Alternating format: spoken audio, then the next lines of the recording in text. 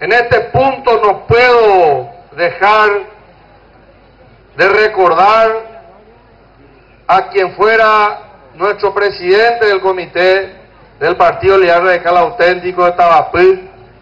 don Patrocinio Fidabel, el papá de Aníbal, que lamentablemente en un trágico accidente de tránsito nos dejó hace un año, pero que estoy seguro nos está acompañando desde arriba, le está dando fuerza a su hijo y estoy seguro también que nos está acompañando, ayudando y nos va a ayudar y nos va a acompañar para que el próximo domingo Aníbal Fidabel sea ungido primer intendente municipal de la ciudad de Tabapú. Daikatui ha negado lo mismo, Shembo a Aguajeo Tabapú, Jatopa,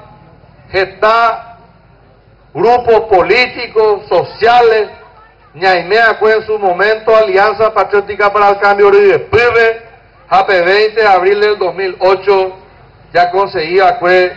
PTI, victoria histórica para el pueblo paraguayo. Roñen Guatille, Gina Lomita, Roñen Puru, Roñen Monguetá, Japea y Gina, que cuando Aníbal Fidabel sea electo intendente y asuma la intendencia, probablemente recota el apoyo no solamente del actual gobierno nacional, sino del gobierno nacional que vamos a seguir instalados a partir del 2013 en la República del Paraguay. Venimos acá en Tabapú a apoyar a nuestro futuro intendente Aníbal Fidabel,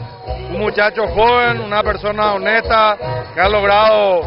concitar el apoyo de varias fuerzas políticas y sociales de este nodo del distrito de Tabapú. Muy contenta, una gran cantidad de personas, jóvenes de distintas organizaciones, así que estamos seguros que el próximo domingo 29 de enero va a ser ungido el primer intendente municipal de Tabapú.